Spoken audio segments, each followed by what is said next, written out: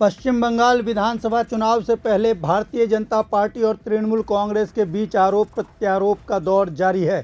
प्रधानमंत्री नरेंद्र मोदी ने मालदा के बाद हुगली जिले के सिंगूर से बंगाल में 15 साल से सरकार चला रही पार्टी तृणमूल कांग्रेस पर आरोप लगाया कि वह चुनावी लाभ के लिए घुसपैठियों का बचाव कर रही है, केंद्र सरकार की योजनाओं का लाभ लेने से आम लोगों को रोक रही है। इसके बाद तृणमूल कांग्रेस के national general secretary Abhishek Banerjee ने पीएम मोदी पर पलटवार कर दिया।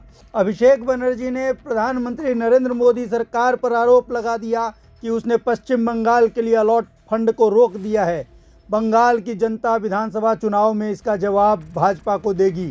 टीएमसी नेता ने कहा कि 2026 के बंगाल विधानसभा चुनाव में भाजपा के परिवर्तन की अपील के विपरीत बंगाल के लोग चुनाव के बाद केंद्र में भाजपा की सरकार को सत्ता से बाहर करने की प्रक्रिया शुरू कर देंगे।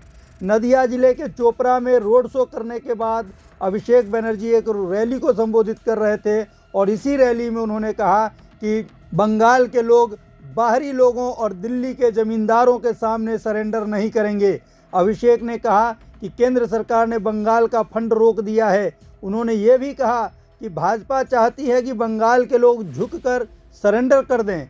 अभिषेक ने कहा कि केंद्र चाहे जितना परेशान कर ले बंगाल को, तृणमूल कांग्रेस और बंगाल की जनता नहीं बदलेगी, वह सरेंडर नहीं करेंगे। टीएमसी नेता ने यह भी कहा कि मोदी ने बंगाल में अपने राजनीतिक संदेश में बदलाव किया है। उन्होंने कहा कि पहले प्रधानमंत्री नरेंद्र मोदी जब बंगाल की रैलियों में आते थे तो जय श्री राम का उद्घोष करते थे। उनके भाषण की शुरुआत जय श्री राम से होती थी।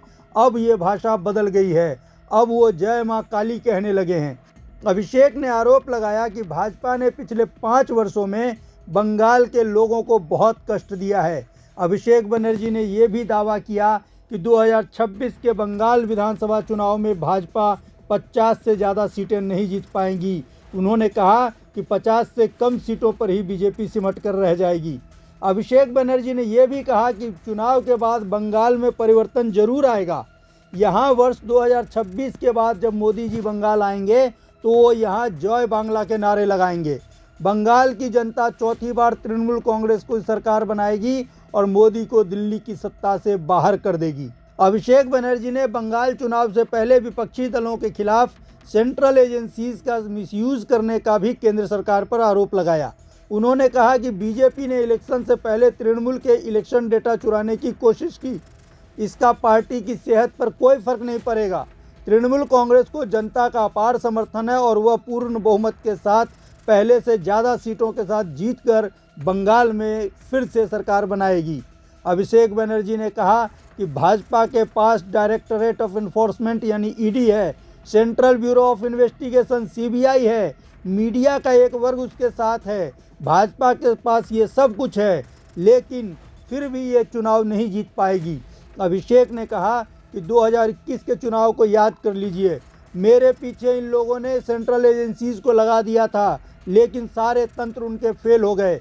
बंगाल की जनता ने तृणमूल कांग्रेस की सरकार बनाई और पहले से ज़्यादा सीटें हमारी पार्टी को मिली।